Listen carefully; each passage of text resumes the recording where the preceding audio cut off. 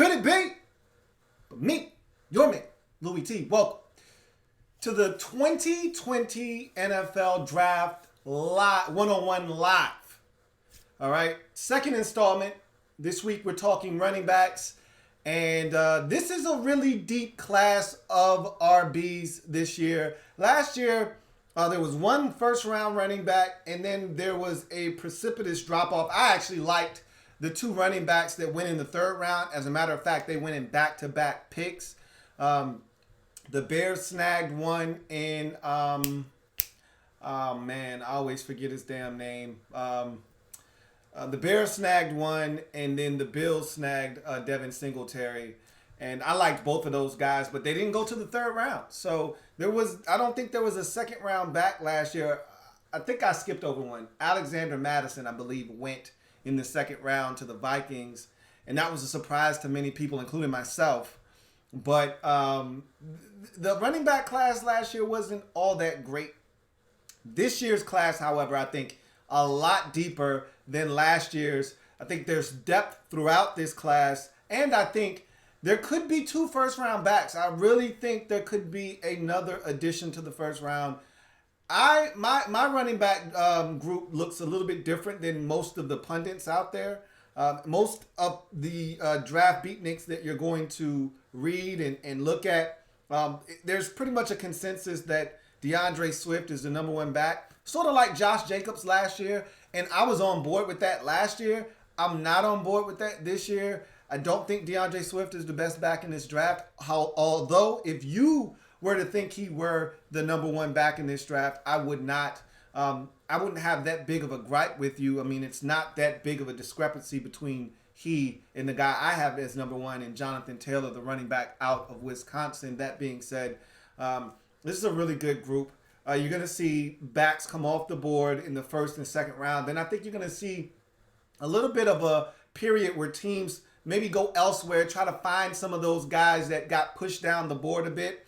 And maybe you see a break from the running back position in the third. And I think you're going to start to see these guys fly off the board in the fourth and fifth round. I think that's going to be the sweet spot for the running back. Similar to the tight end position in this draft, I think the sweet spot for the running back position is going to be rounds 4 through 6. That's where you're going to get probably the best value in this draft at the running back position. And I think there's going to be a consensus around the league that, hey, I can wait at running back. If you're not going to get one of the top, 5 or 6 guys in this draft, I can wait at the running back position and get somebody in the middle of the draft. There's about 10 or 11 guys kind of lumped together right in the middle of the draft. And whatever your flavor is, whatever, you're looking for, power back, scat back, third down back, guy that offers you return value, whatever you're kind of looking for as you get towards the middle of the draft, that's when you can go pick your guy out and keep it pushing. So I really feel like this is one of those drafts. If you want to back an elite back, you get them early, first, second round, and then you kind of wait until the 4th, 5th, 6th round, and then you go back in. If you need to double dip, go get you another one. If you need to go get you one, that's the time you go get it. If you have other pressing needs and the running back's kind of on the back burner. I've given you my list. You can see it scrolling across the top of the screen, but in case you need it verbally and you're not actually watching, you're listening to my voice, I'll give you my rundown of my top 7 running backs in this draft. When I get listy, I start listing things, and usually my lists are comprised of 7 items. And in this case, 7 running backs, my top 7 running backs for the 2020 NFL Draft. And so it goes like this. I've got Jonathan Taylor as my number 1 running back out of Wisconsin. Love this guy to me. And I know this is going to sound crazy to some of you guys, and you can beat me up in the comment section, and you can kill me all draft process long, but I'm going to stick to my guns. This guy reminds me of Adrian Peterson. Okay? I see it. This guy has the physicality. This guy has the size. This guy has the speed. And he has the fumbling problem that Adrian Peterson has as well. And so that's something he needs to clean up. It almost forced me to push him back to number 2 on my list. But everything else, and he's a workhorse. And he improved the one part of his game that was really lacking and lagging behind, which is his ability to catch it out of the backfield. He's done a complete 180 from the time he hit Madison to where he is now. I watched him at the combine and he fit right in with the rest of these guys that could catch the football. He looked fluid. I thought he was the best back on the field at the combine, along with DeAndre Swift. I thought DeAndre Swift was fantastic at the combine. And so to me, Jonathan Taylor is the number one back in this draft. If you got DeAndre Swift there, I don't have a problem with that whatsoever because he's my number two back, and it's not that far of a gap between the two of these guys. And so he's my number two back is DeAndre Swift. He's a guy that can kind of do some of everything. I think he's better in pass pro than a Jonathan Taylor. I think he is a guy that can catch it better out of the backfield than Jonathan Taylor. I just don't think he's a better running back in terms of running the football than a Jonathan Taylor is. And so I don't think the gaps between catching the football, pass pro, are enough to make up the gap that I have between Jonathan Taylor, the actual rock toter, and DeAndre Swift, the rock toter. So I got Taylor 1, I got Swift 2. I have J.K. Dobbins 3, the Ohio State running back. Very versatile guy. He was on the field a ton for Ohio State. Almost never came off the field, sort of like Jonathan Taylor. And so this is a guy that can catch it. This is a guy that can run it. His pass pro, it's spotty. There are times where he gives you absolute A-plus pass pro. And then there are other times you're like, I actually need a better effort than that, JK. But all in all, he's a complete back, 3-down guy. Love J.K. Dobbins, another really good running back in this draft class. And if not for the depth of this draft class altogether and all of these quarterbacks that are going to get drafted in the first round and, you know, these offensive linemen and some of these D linemen, you could have easily have seen those three guys go in the first round of this draft because I have a first round grade on all three of those backs, but J.K. Dobbins probably will not be selected in the first round. That is where my first round grades end. However, my fourth back is Clyde Edwards-Helaire out of LSU. Really good football player. Reminds me, a lot of people want to compare him to Darren Sproles. And if that's your comparison, cool. I have no problems with that. But to me, I compare him to the OG of the LSU running backs and the guy that I call the original Brady back, a guy that went to LSU as well, in Kevin Falk. That's who he reminds me of, does Edwards-Helaire. Doesn't have the kind of speed that a Darren Sproles has, but similar speed to that of Kevin Falk, and a guy that I think can do a lot of things out of the backfield, and I really love his game. And I have a second round grade on him. He's my number 4 back in this draft, followed by a guy that I told you yesterday, if you watched the Redskins video, in Darington Evans out of App State, that has just been really impressing me. The more and more I watch, the more and more I fall in love with his game. And at first he was not, obviously, I didn't even know who he was until the combine. So he was not in my top 5, but he has entered my top 5. And so really impressed with Darington Evans and what he brings to the table. See a lot of promise out of him. And so you get return experience with him as well. You could get a guy that can run it in between the tackles. I think he could be a little bit more physical in between the tackles, but his ability to pop the long one, when he gets out into space, man, is it fun to watch. Darington Evans is my number 5 back right now out of App State. Number 6 is Cam Akers out of Florida State. This is a guy that I see a lot of potential out of. The guy can run it. He can catch it out of the backfield. He's solid in pass pro. I think he could be a little bit better, but he's solid in pass pro. I don't really have any big issues with him there. He's a guy that will fumble the football as well, so that's something you got to keep an eye on with him. But all in all, he was on a bad Florida State team the last couple of years, and he was still playing some good football. Really like what he brings to the table, and he's my number 6 back. And then rounding out my top 7 backs in this draft is Boston College running back A.J. Dillon. I remember when this guy was a freshman, I thought he was going to be the next best thing at the running back position. I thought he was going to be the next best thing since sliced bread. And, you know, that's usually what happens when we really get hyped about a guy in their freshman year. They usually don't live up to the hype the last, 2 years that they have to be in college, especially if they're a true freshman. He was one of those guys that I don't think it got any worse. I just think that Boston College wasn't any good, and it just made it easy to just forget about what A.J. Dillon was doing out there for the Eagles. But I can tell you this much. The guy is really talented. And he's a big back, man. 247 pounds, running a 4.53. He's physical. I always go back to that NC State Adrian Peterson hip toss he did to that Wolfpack defender, where he takes him, tosses him on the ground. Reminds me of Adrian Peterson versus the Cleveland Browns on the sidelines, where he takes the defender, hip tosses him into the Gatorade cooler, and then proceeds to then re-accelerate and score a touchdown down the sideline. A.J. Dillon did the same thing back in like 2017. I always remember that clip, and it's amazing that this guy is as big as he is, as physical as he is, but still running damn near a 4.40. So a 4 sub 4.540. But he rounds out my top 7. Eno Benjamin would be my 8th back. He's close, right behind A.J. Dillon, and then you start getting into the other backs in this draft. So with that being said, I've set the table. All right, I'm going to open up the phone lines. You guys know the rules to the game. I'm going to go ahead and explain them anyhow. First things first are the Super Chats. Super Chats come first. I read those. We talk about it. We discuss the comment, and then we move on. Secondly are the phone calls. Those come in second. The number is at the top of the screen. Feel free to call in. Make sure your line is secure. Make sure your volume is loud so we can hear you. Make sure you're concise in what you want to say. Get straight to the point so we can get in as many comments, calls, and super chats as possible. And then finally, if you're in the comment section, use the hashtag LouisTLive to have your comment read on the air if it is pertinent, and we'll get to you if we can, if time permits, and we have no more super chats and we have no more phone calls. We'll get to the comments and we'll read off yours. That being said, table has been set. I'm ready to eat.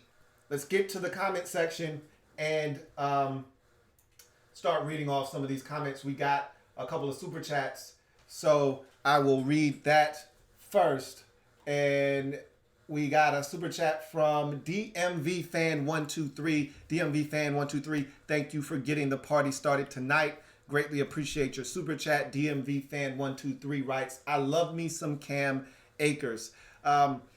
He was in my top 5 initially, and then I kind of fell in love with the game of Darington Evans, and it kicked back Cam Akers to number 6 on my list. Akers he's a good football player, man. I like him a lot. I like what he was able to do at Florida State. He does a lot of good things. He's just not as special as some of the other guys. He's not as dynamic. When he does get into open field and into space, he can be a problem, though. And he does do some really good things, but there are other guys in this draft that intrigue me a little bit more than Cam Akers. But again, that's not to take away from what this guy could potentially be at the next level. Next super chat is from my man CD, Chris Devers. What's going on, Chris Devers? It's been a while, CD, man, but it's good to hear from you.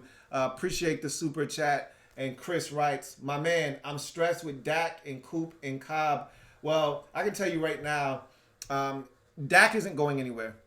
So you're good there. But if you don't get him signed up to a long-term deal, you're probably going to lose Coop. And if you lose Coop, you probably will get Cobb back. But it wouldn't shock me if the only one out of those 3 you get back is Dak. That's the one you should feel really good about because he's not going anywhere. But if you want to keep Dak and Coop, the only way to do that is to get a long-term deal reached with Dak so that you can free up the franchise tag to slap on Amari Cooper and then work something out with him. You're probably going to lose Randall Cobb, though. In the same way that you're going to lose Byron Jones, you're probably going to lose Randall Cobb. So just kind of mentally prepare yourself for that. Anyhow, got another super chat. This one from my man, Barrett Downing. Thank you for the super chat. BD, good looking out. Greatly appreciate you, BD. And my man, Barrett Downing writes, can't watch, but I got you in my ear. Good looking out. Respect. Okay, so that's exactly why I read off the list, because I know not everyone is actually able to see the visual on the screen. Some people are moving, they're at work, they're at the gym, you're not able to watch, but you can hear. So that's why I read off my list of my top 7 running backs. And so Appreciate the super chat, BD. As always, you stay looking out, man. Thank you so much, and thank you for checking the show out. Even though you're not able to watch, you're still listening, so I appreciate that. And while you guys are out there, make sure you hit that like button and subscribe to the Louis T Network if you haven't already done so. That would be greatly appreciated. So, with that being said, that is all of the super chats for now, and we have no calls right now, so we'll go to the comment section. And John Perez says Jonathan Taylor and DeAndre Swift are definitely two guys I see going in the first round. I as well. I've got Jonathan Taylor going to the Titans. I think it's a match made in heaven. It's the perfect fit for him, especially if the Titans aren't going to re-sign their running back, who I think is going to get a really big deal in free agency this offseason in Derrick Henry. So it'll be interesting to see if he's able to sneak into the back end of the first round. I think DeAndre Swift is comfortably in the first round, but we will see how it goes. The draft can be a really funny, fickle thing. So right now, two running backs I see in the first round. We'll see if those two both do go in the first round. Got a call. Going to go ahead and take it. You're on live with your man, Louis T. Who am I speaking with? BE. What's going on, BE? What's up? First, because I know you're a college person, what's your take on March Madness getting canceled? I mean, it's what had to happen, man. I mean, it's unfortunate, but you know. But no, there's only two running backs that I'm interested in the draft, just because I don't think we're going to go high. Is the only two I'm interested in is Clyde Edwards-Helaire from LSU and Benjamin. You would be Benjamin guy. Drake wants $8 to $10 mil a year on a 4-year deal. Those are the floating rumors and reports. The other reports are the Cardinals don't want to offer him more than $5 a year, and they don't want to give him a 4-year deal. Right. I don't believe that at all. I personally wouldn't pay more than $5 million a year because what we have in David Johnson, and that's just going to be too much in cap space. If we have to trade David Johnson or if we're keeping him on the roster, if we can't trade him, personally, what I would do is let Drake walk and then either go get Clyde Edwards or, in like rounds 4 or 5, if they're still available. Well, Edwards-Helaire is not going to be around in round 4 or 5. I can assure you of that. I think he's going around mid-2, early 3rd. Yeah, I think he's going to go mid-2, somewhere in there. I think mid to late 2. I don't see him lasting till the 3rd round. And Eno may be there in the 4th. I think he could go in the 3rd round. I think if there's any back that's around that goes in the 3rd round, it could be Eno Benjamin. But I really think that you won't see many backs come off the board. I don't think, at least, in the 3rd round. I think teams will wait until the 4th or 5th. And that's when you're going to see a big run on running backs. That's my take. But if you want to wait for a while, the guy you'll probably be able, of the two that you mentioned, that you'll be able to wait long enough, the longest to try and get is Eno Benjamin. Oh, and I could be wrong, but I think the running back you're talking about with the Bears is David Montgomery. Yes, I could be wrong. That's his name. I always forget his name. That was my guy last year. Him and Singletary from the Bills were my two guys in the draft last year at the running back position. See, this running back class, it's weird because I think, even me being a Cardinal fan and even me being a David Johnson fan, you can't kind of sugarcoat it. Guys like David Johnson, guys like Todd Gurley, guys like Le'Veon Bell, they're getting these big contracts, but then they're not living up to it.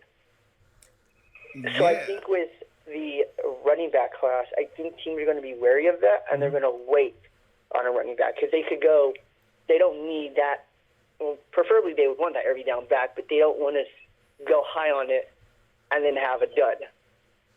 Yeah, I mean, it just depends. Like, if you feel like a guy's elite, you're going to go get him, which is, if you feel like, okay, this is a dime a dozen back or a guy that is going to be good in this league, I don't think he's going to be great, then you wait. You know what I mean? That's pretty much, to me, with the running back position, more so than any other position, it's either feast or famine. You're like, hey, either you're elite and I gotta have you now, or I'm gonna just wait.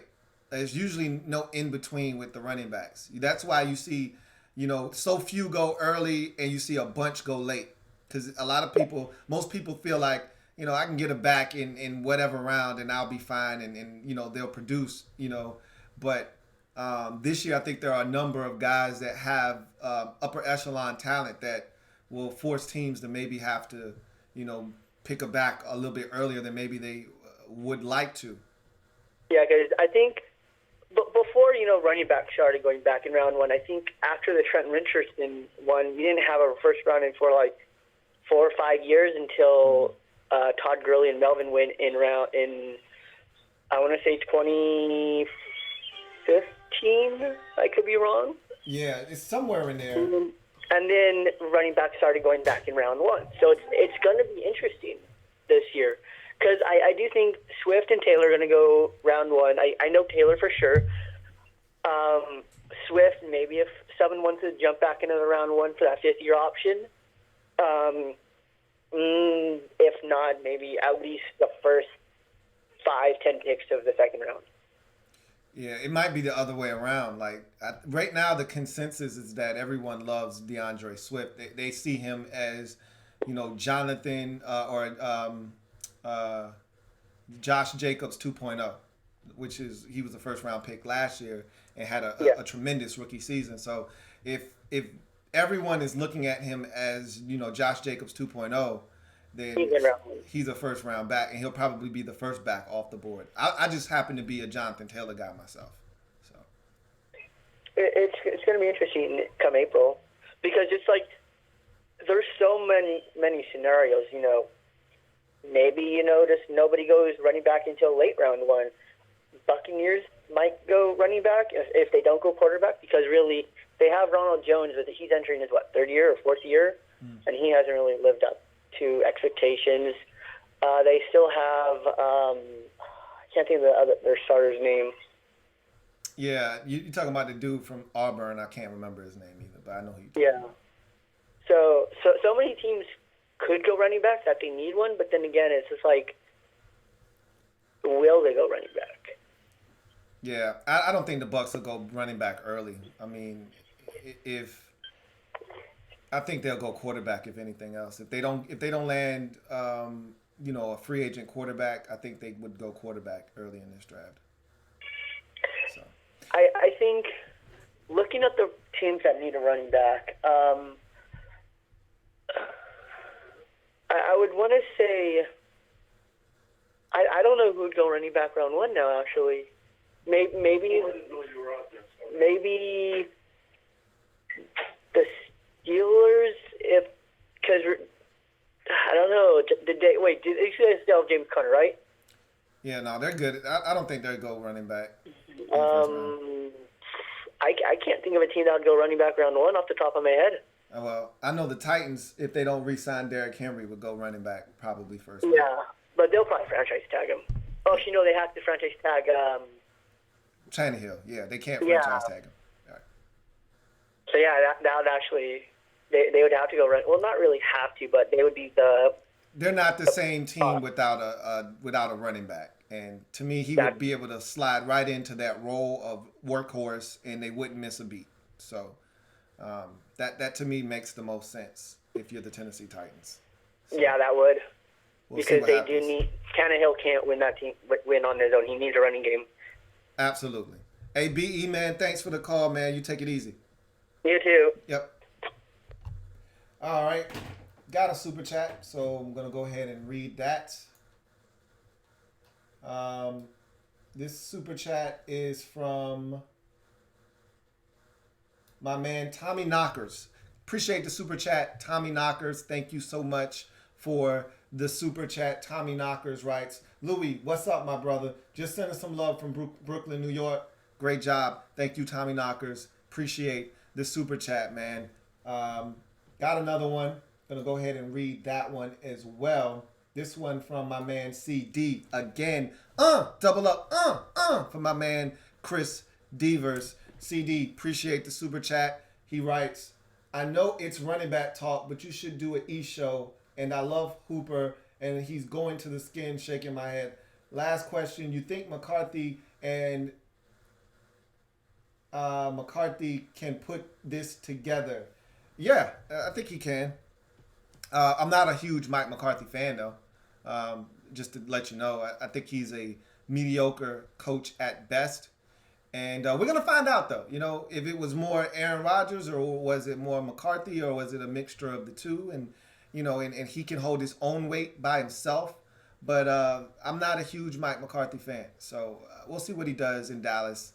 I'm anxious to actually see how it goes because everyone used to blame Redhead Jesus for everything. And, I don't blame them. He was not a good coach. But we're going to find out if McCarthy is any good because I think he's a puppet as well. So we'll see what happens. But nonetheless, let's get back to the comment section. No calls and no more super chats. Let's see. Double A, my man Aldine Adkins says, don't think my Vikings or your Skins are drafting a running back this year. Still interested in your take. Like the vid, fam. So I don't know if the Redskins are going to take a back. The word out on the street is that they're interested in a running back in free agency. I don't know how true that is. I'm not actually buying it. I think the Redskins have Bryce Love. The Redskins have Adrian Peterson for one more year. And they got guys coming off of yet another injury. They got 3 backs, but 2 of them right now have injuries that leave you concerned a bit. And so that may make the Redskins make a decision to go out and get another back just to throw into the mix. And, if you're going to do that, I think it needs to be a young, cheap option, and so Adrian Peterson is only going to give you one more year. So if you're the Redskins, maybe you go out and you get it back now to protect yourself for the near future.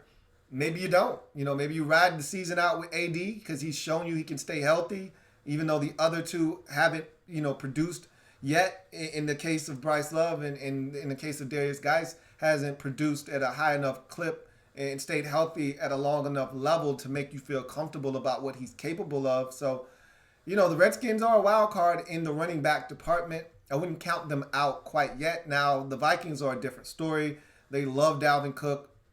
They love what they got out of Alexander Madison last year.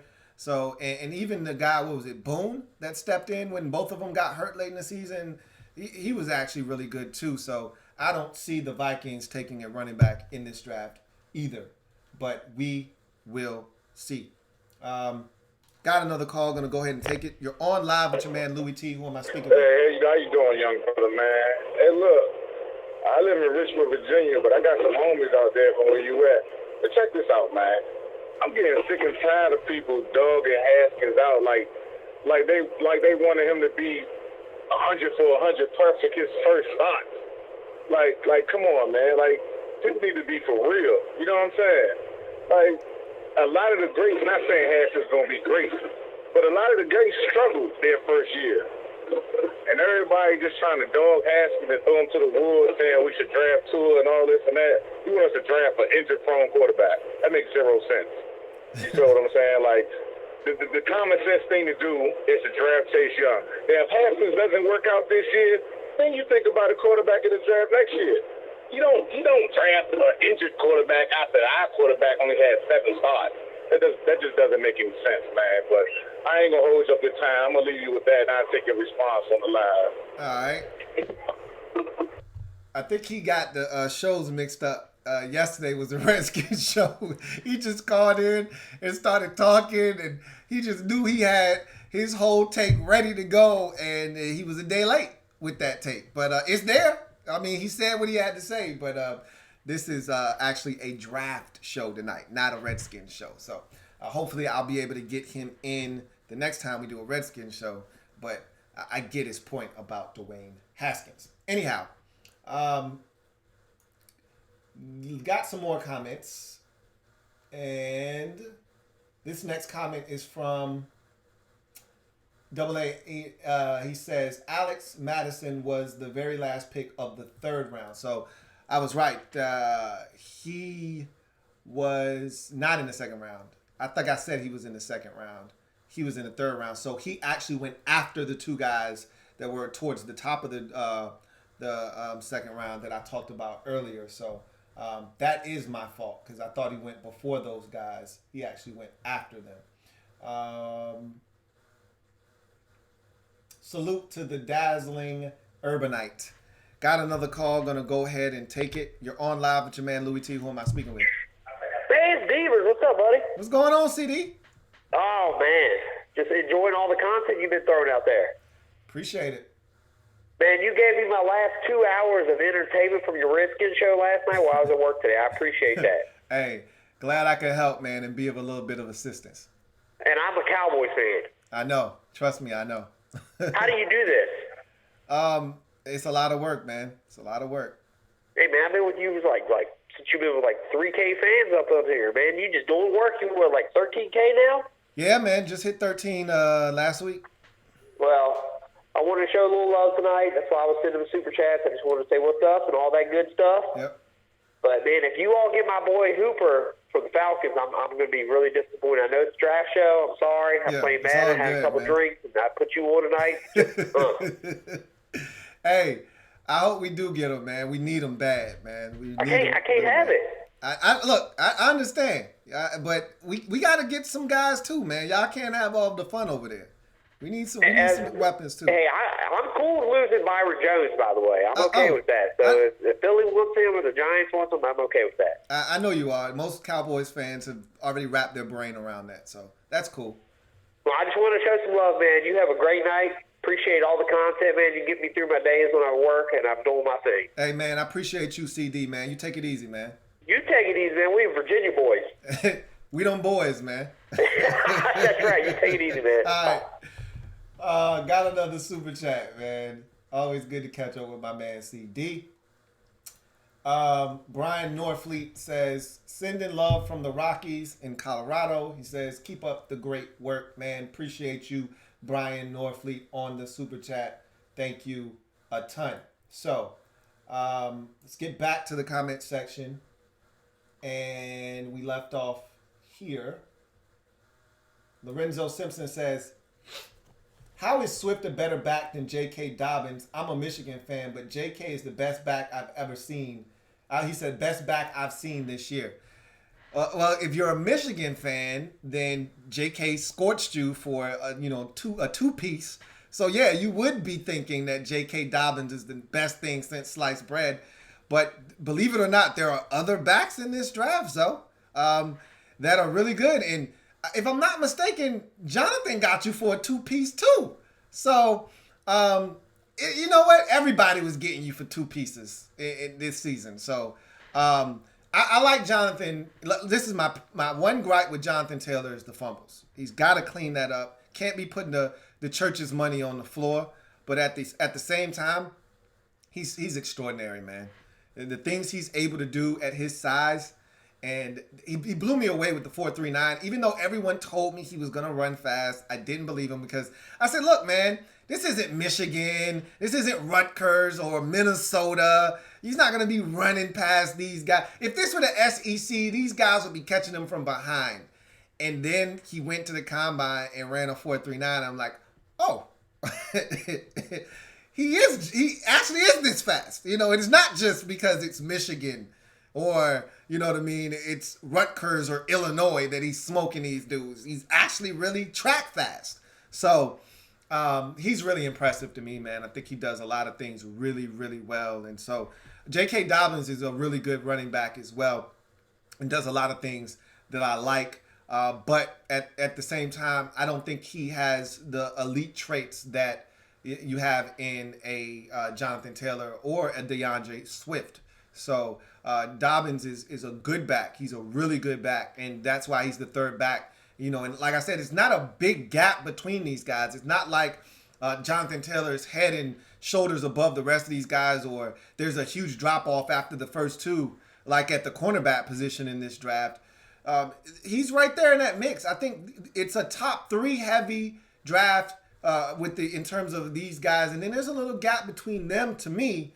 and Edwards-Helaire and the Cam Akers and the Darington Evans of the world, it's not a massive gap, but it's a big enough gap. It's sizable. It's much bigger than the gap between those three backs and the next set of guys. So I just think that he's better than J.K. Dobbins. So, but again, everyone has their own opinion, and you got to see him up close and personal, being that you're a fan of a team in the Big Ten. So, you know, it is what it is.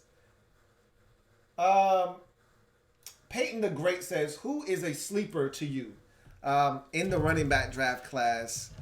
Let me go through my list, and I'll give you a guy that I'll give you a guy that I really like. And there's a couple of guys in here. I like Rico Dowdle out of South Carolina. I think he's a guy that could, if he goes to the right team and the right system, could be a really good player in this league. But the guy that's really fun to watch is Javon Leake out of Maryland. And he's currently my number 14 back in this draft. Is Javon Leake. So, there are many other backs ahead of him, but he's a guy that, he's up. I love my upright runners, and he's an upright runner. Sometimes it's to a detriment because he's up so high, his pad level doesn't drop low enough sometimes, but he's got really good contact balance. I was shocked. And I think the reason that I've got him so low is because that 40 time doesn't match the time that I looked at. And again, he could be Big Ten fast. You know what I mean? But when you watch him run on tape, you're like, man, this guy's flying out there and nobody's catching him from behind.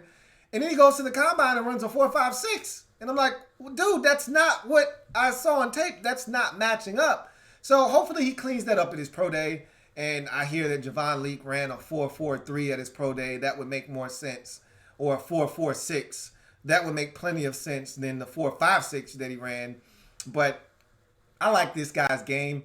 I want to know if he can catch it a little bit more. He's terrible in pass pro. Horrendous. Which it hurts his draft stock because right now he just looks like a third down back. And he could be a damn good one if he could pass protect. Because if he can catch it out of the backfield, which I assume he can, I just don't think he got enough opportunities. And I don't want to make that assumption. I shouldn't make that assumption, but I think he can catch the football. And if he can catch the football and he can pass protect, with his speed, he could be a problem on third downs. And he's a return guy, so he gives you value there.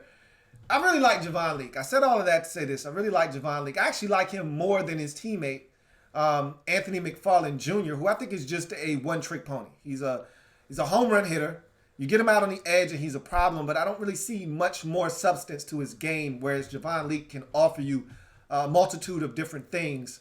But I like Rico Dowdle is another guy that I didn't think got enough touches at South Carolina, had to share the load in the backfield.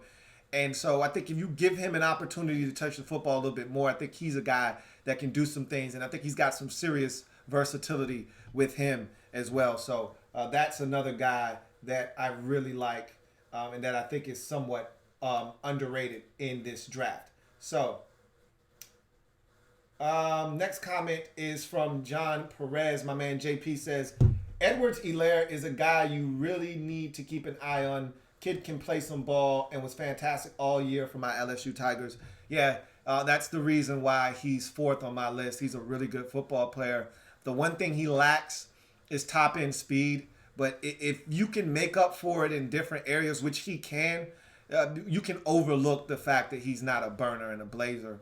Some of the better backs in this league aren't blazers, and they're still dominant in this league. So you don't have to be the 4.4 guy to be elite in this league. If you have other elite traits, and he does, his ability to catch it, I think he's the best pass-catching back in this draft. And I also think his ability to make guys miss out in space, he's got that phone booth agility is second to none in this draft as well. So there are a lot of things he does extremely well that's going to help him in this league, probably be a mainstay for some team for years to come. JP also says, where do you see A.J. Dillon going? I could see A.J. Dillon going to a team that has a a run-based scheme, a team that wants to run it 25 plus times a game, he'd be a great fit in a Baltimore, for instance. They don't need a back, though, but he'd be a great fit in a Baltimore where he would share the load. I think he could be a really good fit in, say, like, let's say Tennessee decided they didn't want to go first round back and they wanted to just, go in a different direction. Let's say they need a corner and they decide they want to draft a corner in the first round, or they want to draft a, whatever. I don't know what the big needs are for the Tennessee Titans, but let's just say they decide to go in a different direction and they decide they don't need to spend a first round pick on Jonathan Taylor. A.J. Dillon is a great backup option for them. You know what I mean? Similar, size, and really his size kind of fits Derrick Henry's. He's not 6'2", 6'3", 6'4" like Derrick Henry was for them, but he's 247 pounds, so he's kind of up there in weight, similar to Derrick Henry. And so that's the kind of guy that they want, a bruising, physical back that can wear on a defense. Jonathan Taylor can do that. We saw it throughout his career at Wisconsin, but so can A.J. Dillon. And you get that minus the fumbles, but with him, you get 4.53. With Jonathan Taylor, you get 4.39, and that's a big difference at the next level. But and you get the ability to make guys miss with Jonathan Taylor, not so much with A.J. Dillon. So I'd see, a team like Tennessee being a great fit for him. I don't think he fits really well in a one cut and go system. So, that would rule out some teams in this league. But when I sit and I think about some other places where he may be a good fit, maybe the Chargers, they don't mind handing the football off, a bunch in a game. And that would probably be somewhere where he might be able to fit in. I think just going down the list of teams that could use some more firepower in their backfield. I think he would fit well in a place like Miami, with the Dolphins. I don't know how much they really, really like the Arizona State back that they have, but he's a big kid, can run fast. So, that's another place I think that he might be able to fit. And that's just coming off the top of my head. I'm pretty sure there are some other teams that could use a guy like him in their backfield. I think the Falcons, they could use a back, and I think they're going to move on from Devontae Freeman this offseason.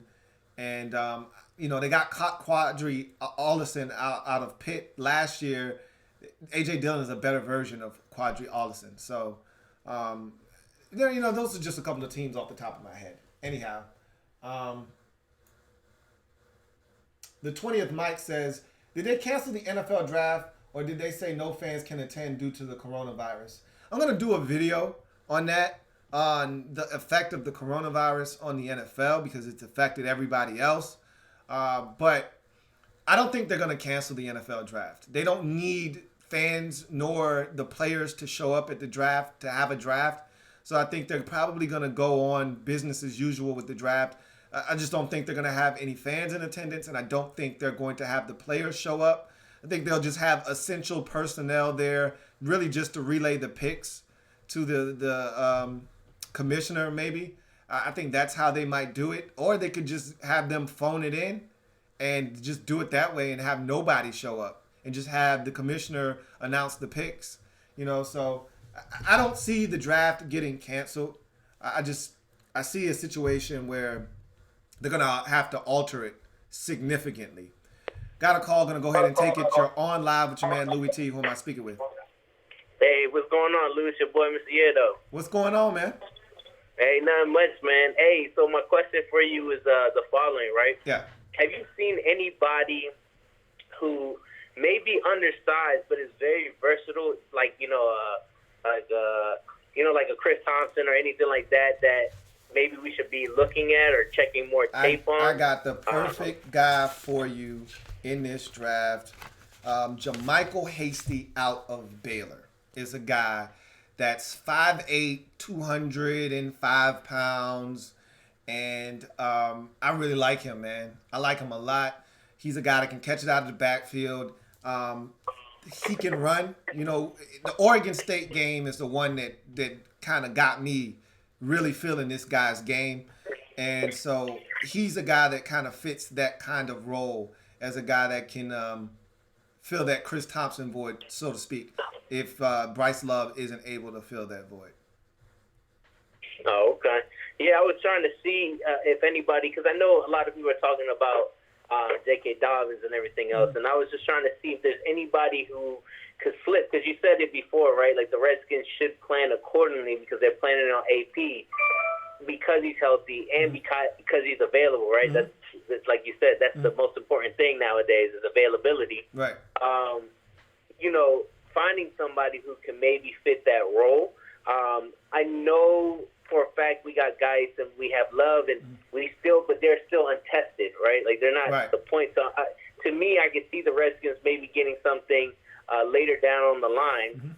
But I wanted to see exactly if there was anybody you would recommend, maybe from a smaller school or somebody who is a little bit undersized but still has the performance to kind of take a look and see, to kind of check some tape to see who's out there. Because I feel like this year the running back class hasn't been talked about as much as years prior, past. Right. There are a number of guys kind of the back end of the draft that, if the Redskins wanted to take a flyer on them, there would be some guys, I think this is one of those drafts where you could see, 8, 9, 10 backs go from rounds 4 through 6. Like, I think that's the sweet spot in this year's draft for the running back position. And there are going to be some guys available 5th round, into the 6th round if the Redskins are actually considering taking a running back, which I wouldn't be opposed to. As you mentioned, Geis and Love are unproven commodities in this league right now. And, with Geis having the injury history that he has, I'm not going to necessarily put that on Bryce Love, even though he hasn't played a snap for the Redskins.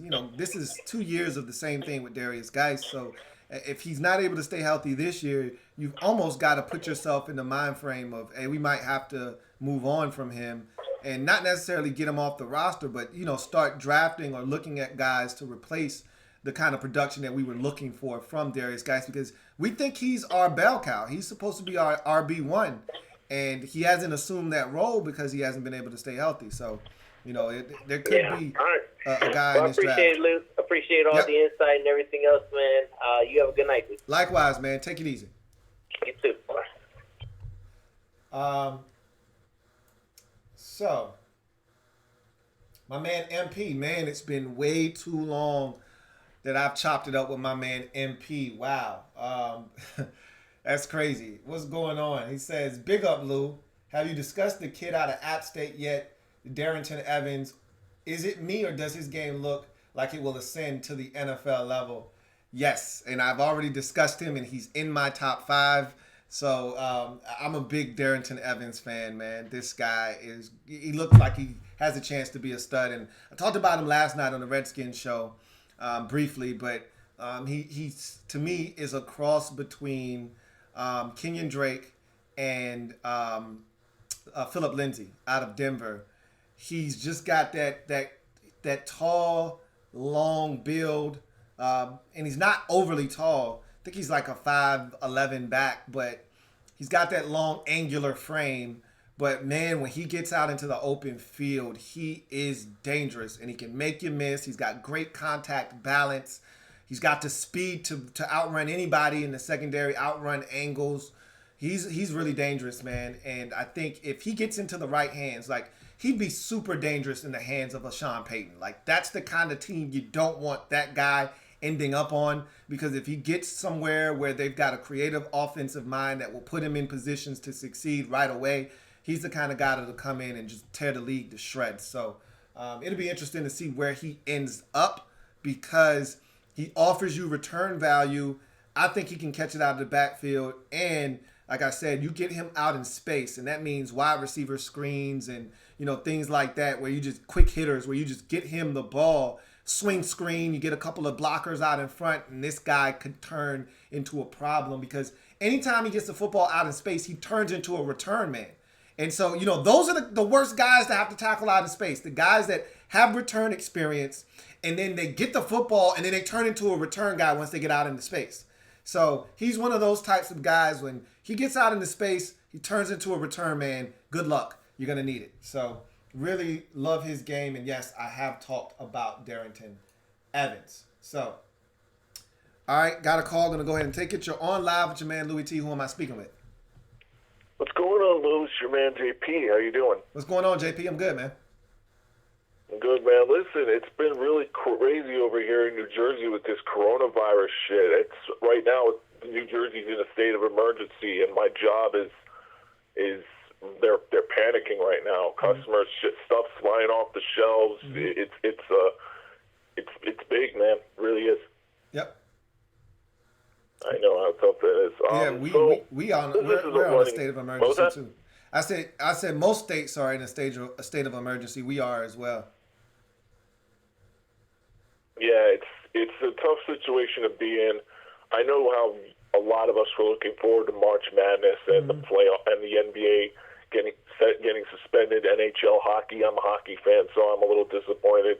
Baseball is delaying opening day, so we're just going to have to fight through it, and hopefully this stuff isn't permanent, and then we can resume, and that the sports world can, resume activities maybe in a month or so. So yeah, that's the hope.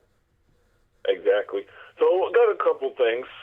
This is obviously a running back show. I'm really intrigued by the running backs this year. I wasn't really that intrigued with last year's backs, except for maybe Josh Jacobs and David Montgomery from the Bears. But I do like Jonathan Taylor. I've been hearing Bucky Brooks called him Ezekiel from NFL Network, called him Ezekiel Elliott 2.0. I don't know. I know you probably wouldn't agree with that, but I don't know your thoughts on that.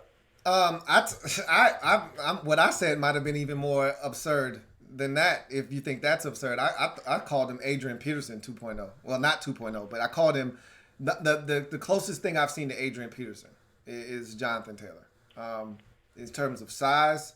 And Adrian Peterson's 6'2" back, so it's not like they're comparable in terms of height, but you're talking about a damn near 230-pound back, which, Adrian Peterson was in that 220-pound, 225-pound range. Running a 4.39, I think Adrian Peterson ran like a 4.37 or something. So the numbers are staggering. The physicality off the charts with Jonathan Taylor. He's a workhorse. Ezekiel Elliott isn't a bad comp either, but I think he might actually be, Ezekiel Elliott to me is more versatile, because he can catch it out of the backfield. And that's not Jonathan Taylor's strong suit per se, but he's gotten a lot better at it. Adrian Peterson wasn't a pass catcher out of the backfield, which is why there was the Noel Moores of the world and guys like that they would always have as third down backs there.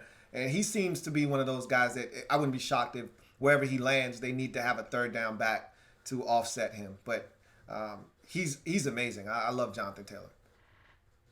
Yeah, he came out of nowhere in Wisconsin. I had a chance to watch a little bit of him, and he's so talented. He could fit with almost any team. I do think in a couple of the mock drafts I did over the past month, I mocked him to the Dolphins. I think with one of their 3 first-round picks. I think it was either 18 or 26. Okay. In another mock draft, I had him going 32nd to the defending champion Chiefs. Man, if they got him, that offense would be explosive. And they got Damian Williams. Right. And I'm not sure if they're going to bring back Rashawn McCoy, but Damian Williams and Jonathan Taylor added to an already explosive offense. Yeah. Man, would that Chiefs offense be unstoppable. Yeah. I think, who would be even a better fit for them would be DeAndre Swift. I don't know if he'll be there, but he would fit their offense to a T, honestly speaking, even more so than a Jonathan Taylor would. Hell, even an Edwards-Helaire would probably fit their offense better just because of how they run it. They don't run the football a ton, you know what I mean? They can. They showed us that in the postseason last year, but they prefer to just, throw it and use the short passing game as an extension of the run game. And, to add a pass-catching threat out of the backfield like a Swift or Edwards-Helaire would be tremendous for the Kansas City Chiefs. So, it'll be interesting to see because I think they are in the market for a running back. I just don't know how high they're going to be willing to take one, but we'll see what they decide to do.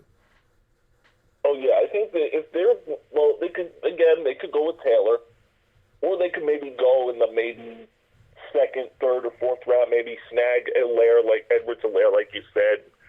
Maybe A.J. Dillon. I know a lot of people are pretty high on him. This is a really, really good back draft. It's good. Again, it's going to be interesting to see where all these backs go. But I would not be surprised if one of these playoff teams, like the Titans, like you said, go get a Jonathan Taylor, or if they couldn't, go get a A.J. Dillon or a team or a back of that nature. Right. And one of those guys, would you be surprised if Jonathan Taylor is a Rookie of the Year candidate? No. I mean, if Josh Jacobs doesn't get injured, he probably wins Rookie of the Year. So it wouldn't shock me at all. Oh, without question. Hey, man, thank you for having me. I just wanted to chime in. Yep. Thank you. Do what you do. I didn't get to call into the Redskins show yesterday. I know you had the super chats flowing. Yeah. But, man, and one more. Oh, and the good news is I'm hearing that the draft isn't going to get canceled. They're actually continuing on as scheduled per Ian Rappaport on NFL Network, but they may be doing it a little differently. Yeah. I'm hearing that they may do it via phone. I'm hearing that they might call the picks in, and Goodell would just go up to the stadium.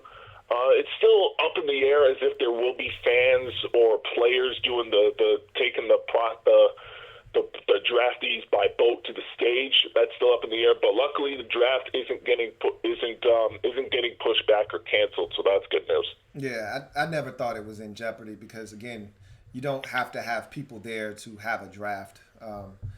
The teams can call the picks in. It makes too much sense to there are too many ways you can circumvent all of the issues that other sports are having because you actually need people to get together to perform. Luckily enough for the NFL, they don't have any games going on right now, so they don't have to really stop doing business. They can start the league year when the league year is supposed to start if they want to. They don't have to change anything. I know they canceled the league meetings, the winter league meetings, which were supposed to take place in a couple of weeks. But outside of that, they don't have anything where people have to get together. Everything can be done via conference, Skype, Duo or FaceTime or whatever. So the NFL's in really good shape. Where it gets dicey is if this thing continues to spread and it's a pandemic to the point where we're in July and we still having issues. That's when the NFL would have to start making some tough decisions. But right now they're good. Hey JP, I appreciate you, man. Hey, thank you, man. Thank you for having me. Have a good night. Likewise. All right.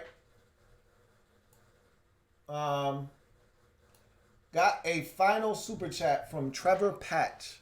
Trevor Patch, thank you for the super chat. Greatly appreciated, Trevor. Trevor says, support. #Louis T Network. And on that note, thank you, Trevor. I'm going to glide to the side. I thank you guys for joining me here on Draft 101 Live, running back edition.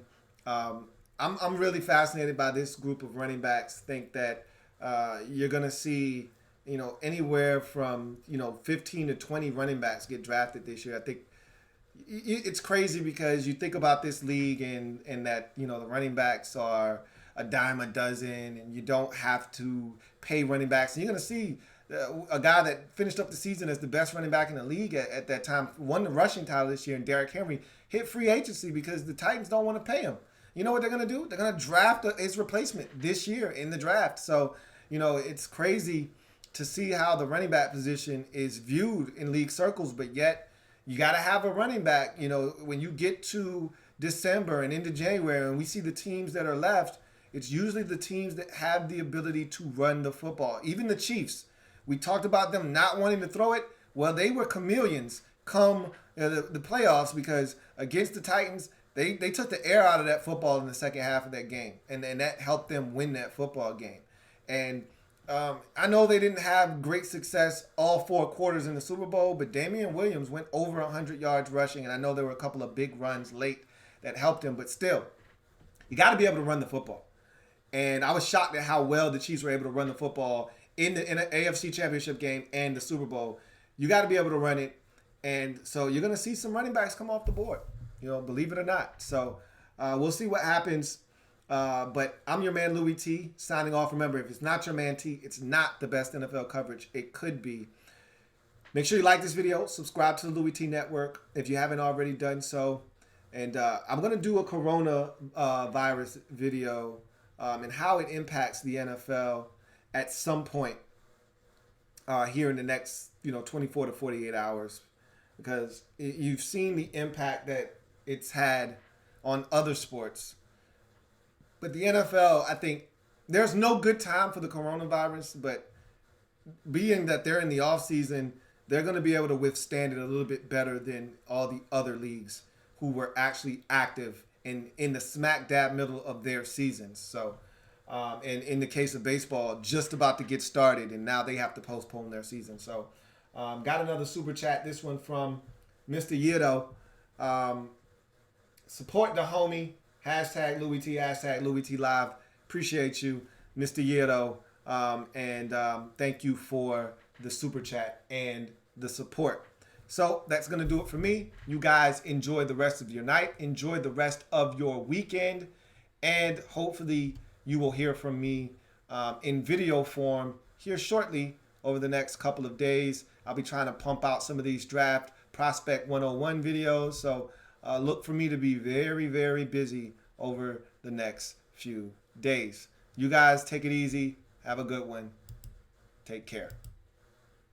Louis T.